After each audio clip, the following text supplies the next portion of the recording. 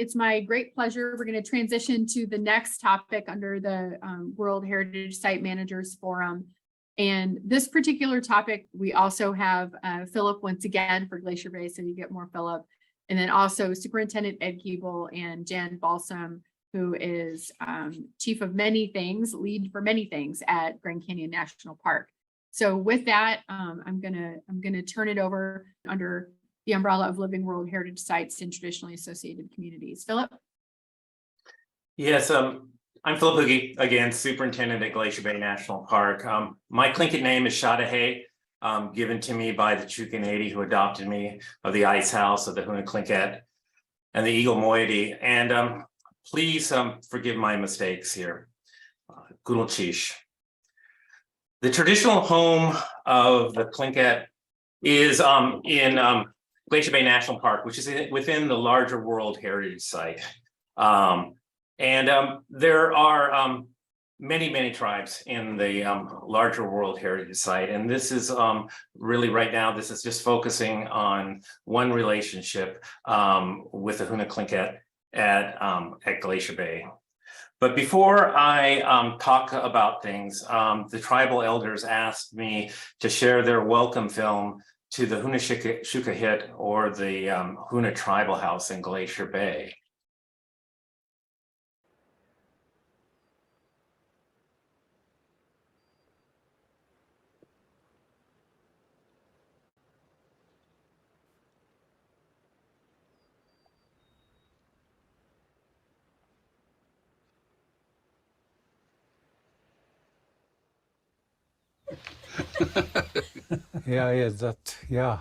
Right now you have come into our tribal house. You're walking into the spirit of our community.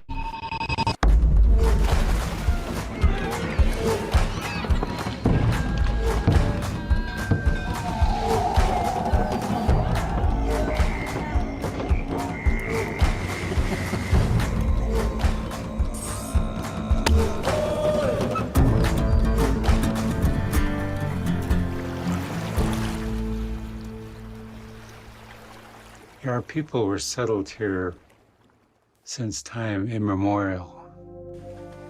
Glacier Bay is our ancestral homeland. All 4 clans were forced out of Glacier Bay by the moving ice. And the Raven clan on the outer coast were washed out by a tsunami. They moved into what is now Hoonah. Our homeland became a national park, and so there was feelings about that.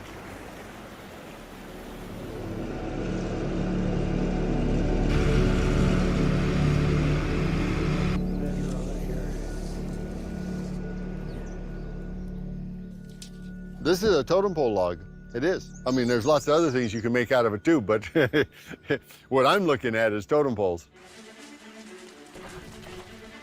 The way to solve problems, the way to make things happen, is to pull together. Who's working together. We use that word a lot. The Tlingit language is just so beautiful. Many people talked about building this house. We want to build a tribal house in Glacier Bay. We're going to need 10 or 12 to take them out. Park Service had a team that became advocates.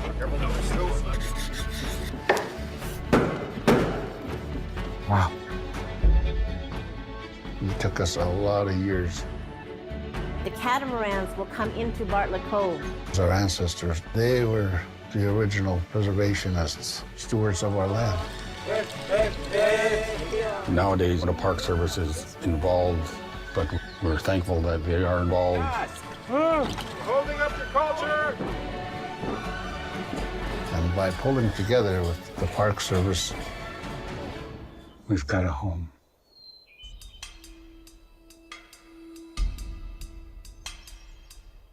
We bring the young people here because we want them to see who they really are.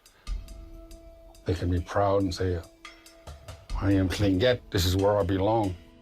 you'll notice all the different house posts of the 4 main clans, the Chukanadi, the Dakdainton. Kagwantan, Hushkitan. That's my father's pole right there. That's who I am. Tlingit culture is spiritual. If you stand in front of a house post, you should feel a presence. To us, it's not art. They're depictions of events that happened within the clans.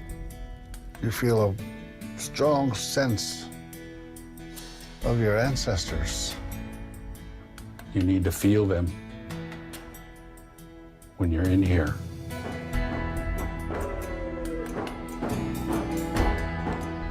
To us, this building is a sanctuary.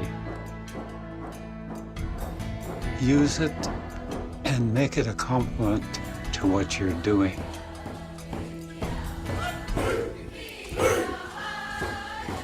So that's all we ask for our visitors and our guests, to be respectful. We love sharing it. Come on in. We are honored with your presence. You warm my heart and you warm my spirit. We want you to know that you're welcome. We welcome you. Welcome.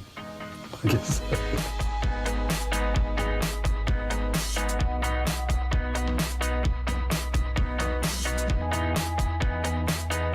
Thank you.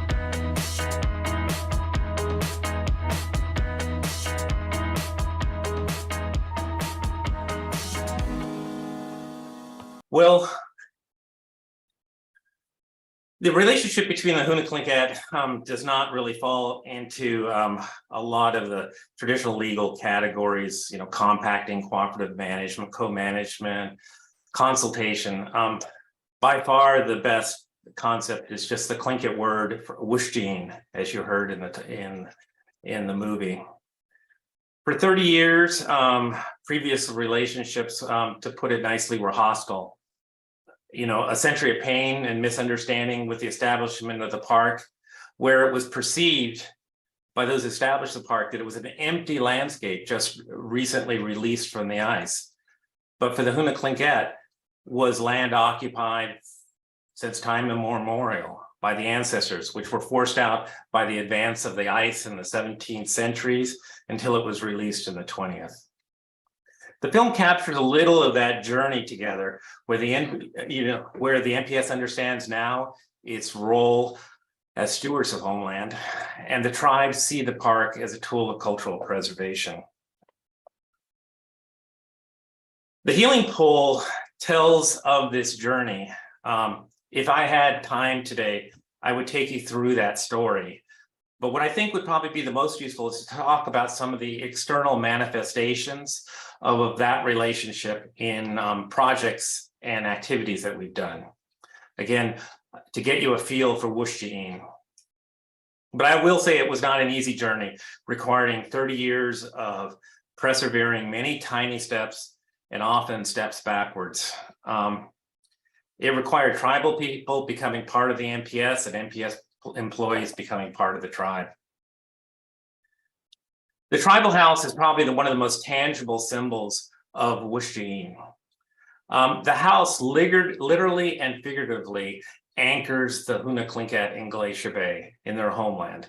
And on the inside on the house screen, you'll see the 4 clans and the traditional stone anchors that are used by the canoes. And the Tlingit were seafaring race.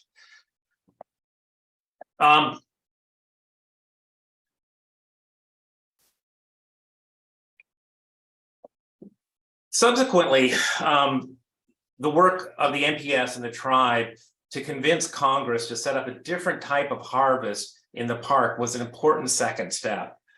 The tribal harvest, this is tribal harvest rather than federal subsistence, is a first for Alaska parks. I think the simple way to think about this is that federal subsistence in Alaska is a law that is about calories, feeding stomachs to those who have few other options. The tribal harvest concept here is about feeding souls. While it may not represent a substantial part of the diet among people who have other options, it connects tribal members with the traditions of their ancestors. Here, the tribe and the park work together to combine traditional ecological knowledge with science in managing the harvest of seagull eggs. And this type of harvest is moving into many other different species.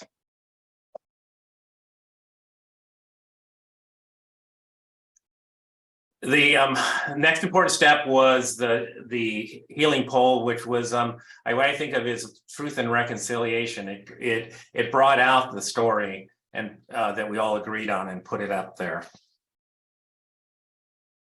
The tribe and the park are working together to intertwine NPS policy and management documents to incorporate traditional concepts and language.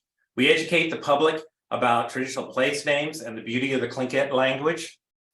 And we incorporate it as much as we can inside all the management documents of the National Park Service. Here's the backcountry plan. And we wrestle with, not solving all, but wrestling and discussing some of the challenges, like the challenges in our wilderness and backcountry plan of talking about wilderness under the wilderness concept and native concepts of the land being occupied by the ancestors since time immemorial.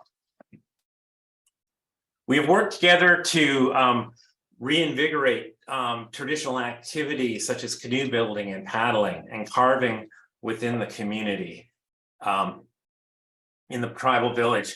At the time that we started the tribal house, there were very few carvers in Hoonah, and there was an affirmative decision to not go out to other communities to carve elements, but to actually from scratch bring in and reinvigorate these activities.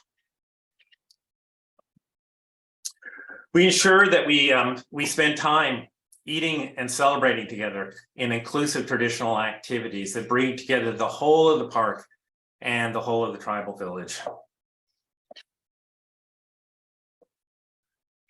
We have worked together to get crews, get tribal interpretation on every cruise ship at Glacier Bay.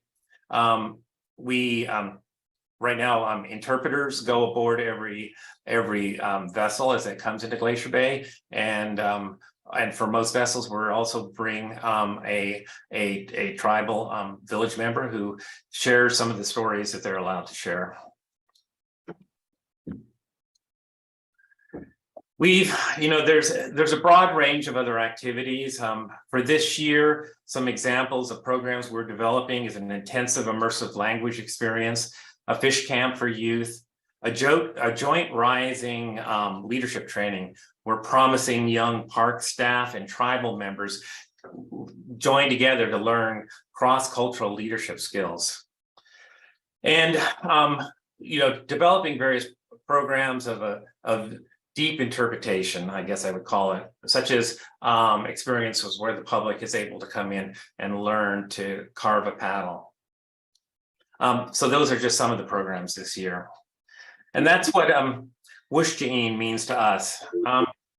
So every year, I'll just finish up with every year I get a request, an email to ensure that I've put into the consultation database, that we've checked off, whether we've done consultations or projects. And I kind of laugh a little as I check that box because, it's a very different type of relationship. Thank you. Philip, that was fantastic.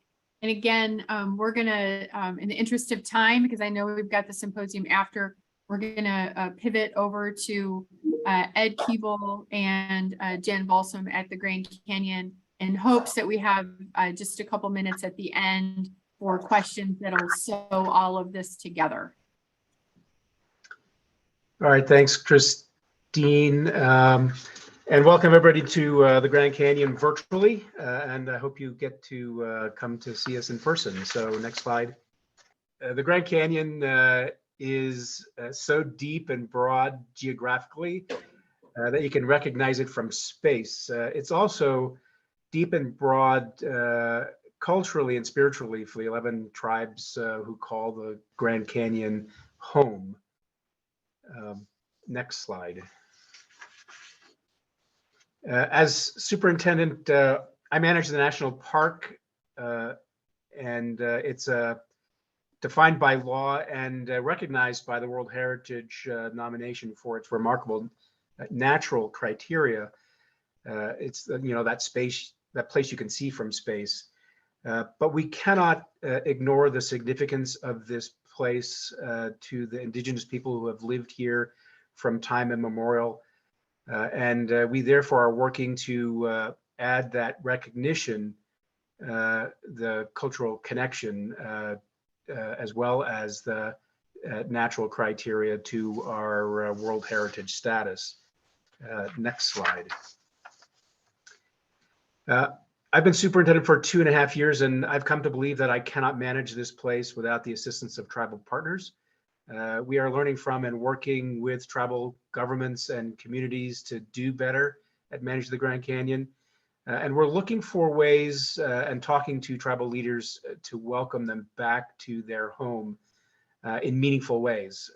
We're exploring co-management and co-stewardship opportunities with them pretty broadly and extensively here at the park.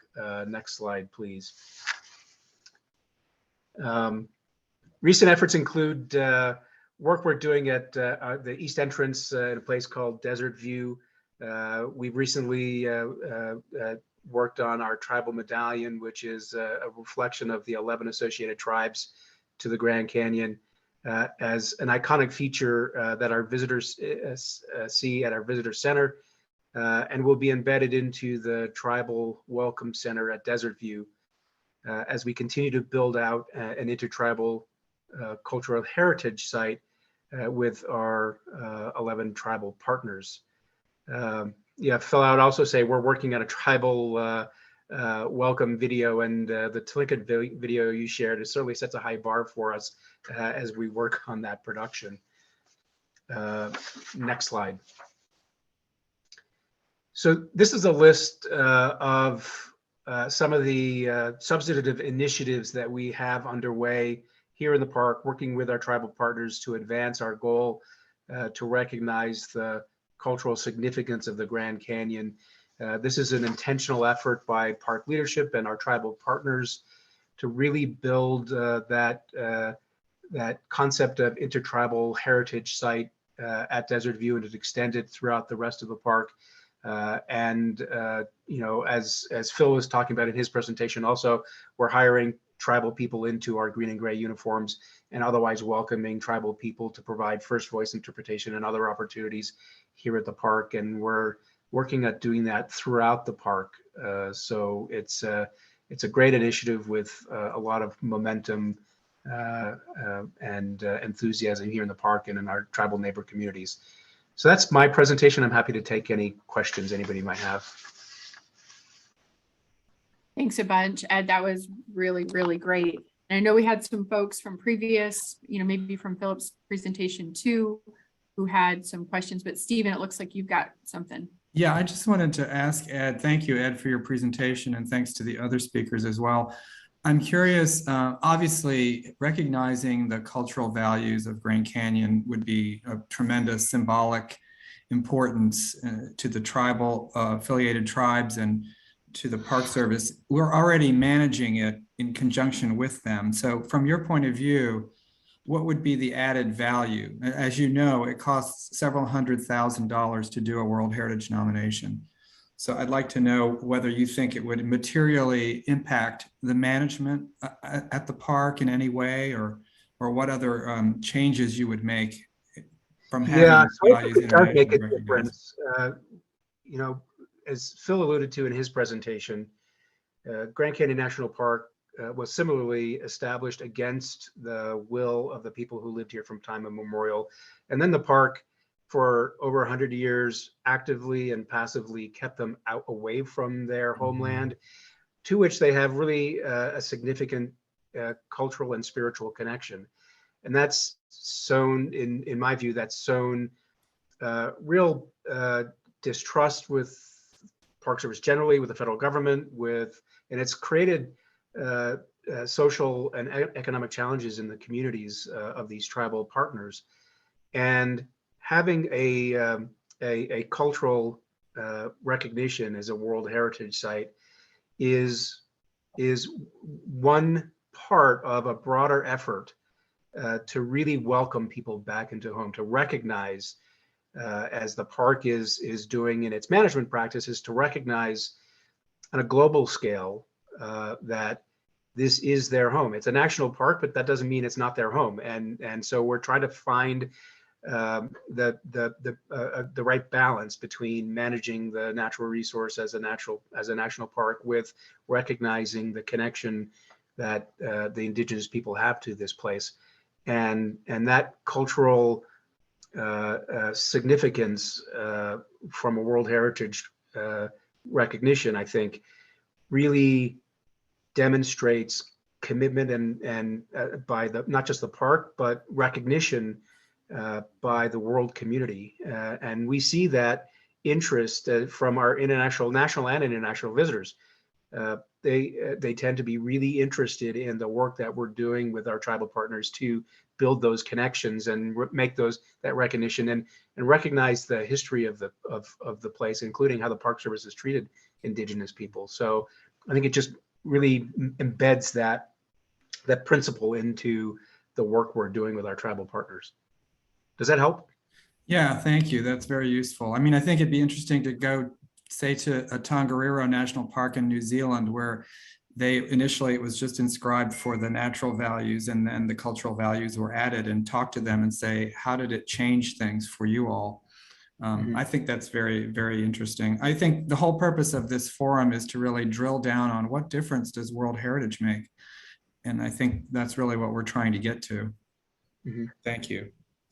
You know, as with Ed there, you know, Glacier Bay struggles with this. You know, it was inscribed for its natural values, and you know, these cultural elements have become so important and kind of catching up to that. But you know, there does seem to be this this substantial difference within the World Heritage status between those really very active partnership programs like the Marine World Heritage Program, which just you know, gives us park benefits continuously, and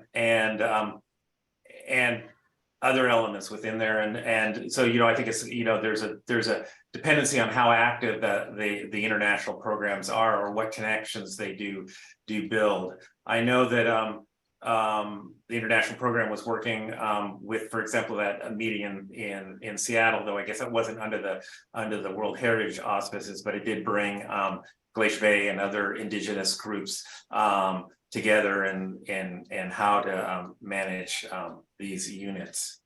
So I want to add a little bit to what Ed was saying, you know, relative to the national park status and World Heritage status.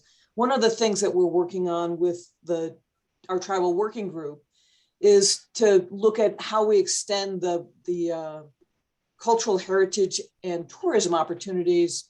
And I think Taos speaks to that because they've been that destination for years. But how can we try to leverage some of the values that we have here to benefits out in the tribal communities? And we've talked about heritage corridors and a number of other things, but recognizing the cultural importance of Grand Canyon as part of its history. I know Steve and John, we've talked about whether or not it's worth updating Grand Canyon's World Heritage nomination to include those cultural values. And it's a heavy lift. We've also looked at doing just a traditional cultural properties nomination for Grand Canyon to recognize its cultural values as another aspect. But that's a process, but materially what Ed's talked about and what we're doing is actually bringing people in on the ground and hoping that can generate some of that interest outside. But World Heritage in and of itself is a draw. It's a draw for visitors, and our international visitors make up a good portion of what Grand Canyon sees. So I think there is a value there. And I think as we move forward with the tribal working group for our next 5-year strategic plan, I think looking at those values is going to be one of the things that's going to come into our discussions. Thanks, Jen. That was great. Are there any other questions before we wrap up this first morning of the U.S. World Heritage Site Managers Forum? Oh, I see a question in the chat. Have any U.S. World Heritage sites reached out to their tribal partners to see if they have TEK, traditional ecological knowledge input that could help with adjusting to climate change? I think folks on this panel might want to field that question before we log off. Yeah, I'll just say that we're starting those discussions with our tribal partners. Yeah, well, for Glacier Bay, there's so much of the science here and stuff that where we actively go and pursue and partner on TEK about this.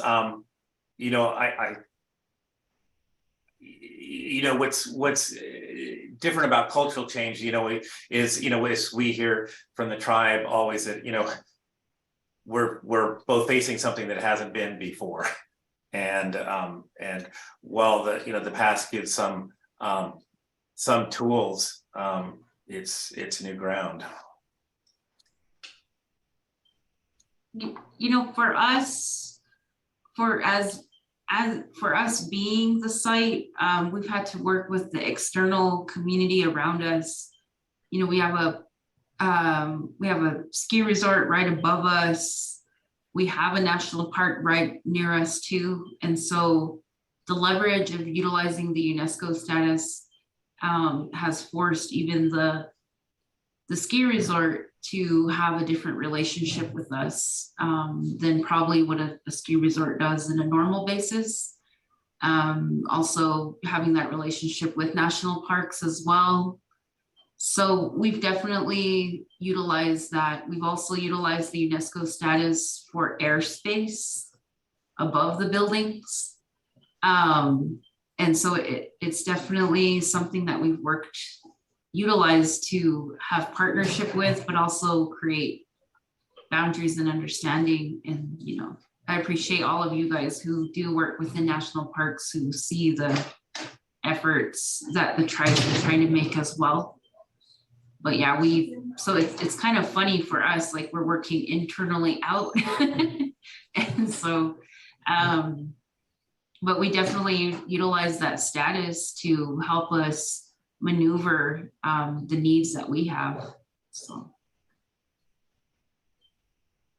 Well, I think Doug Comer put it in the chat, but I can't thank all of you enough for sharing your expertise, not only with our colleagues in the United States, but with the world, kind of the larger U.S. World Heritage community.